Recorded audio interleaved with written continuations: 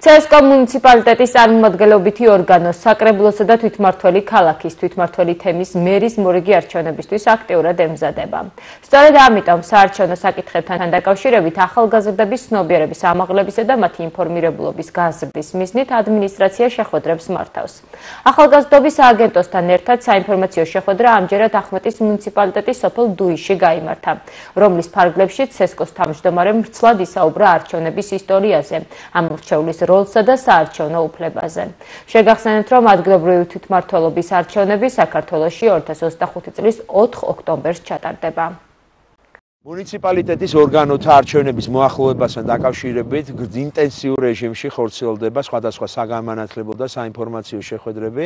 დღეს ჩვენ ვიმყოფებით დუიში, რომლის ფარგლებშიც ახალგაზრდობის სააგენტოსთან თანამშრომლობით შევხვდით ახალგაზრდებსა და სკოლის მასწავლებლებს და მივაწოდეთ მათ ინფორმაცია იმ მნიშვნელოვანი საარჩევნო საკითხების შესახებ, რომელიც უკავშირდება მოახლოებულ არჩევნებს. მათ შორის ვისაუბრეთ საარჩევნო ტექნოლოგიების გამოყენებასთან დაკავშირებით, ვისაუბრეთ დეზინფორმაციის გავლენაზე არჩევნების სანდოობასა და მის ხარისხზე. სააგენტოსთან თანამშრომლობით კიდევ გაგრძელდება შეხვედრები როგორც რეგიონებში, ასევე დედაქალაქის მასშტაბით. ახმეტის მუნიციპალიტეტის სოფელ დუიში შევხვდით ახალგაზრდობის სააგენტოს მიერ გამოცხადებული საგრანტო კონკურსის გამარჯვებული ორგანიზაციის ბენეფიციარებს. საგრანტო კონკურსის მთავარი მიზანი იყო ახალგაზრდების მონაწილეობის შესახებ ცნობიერების ამაღლება. შესაბამისად ვთხოვეთ CSKA-ს თავმჯდომარეს ჩამოსულიყო და მეტი ინფორმაცია მიეცა ახალგაზრდებისთვის არჩევნების პროცესის შესახებ.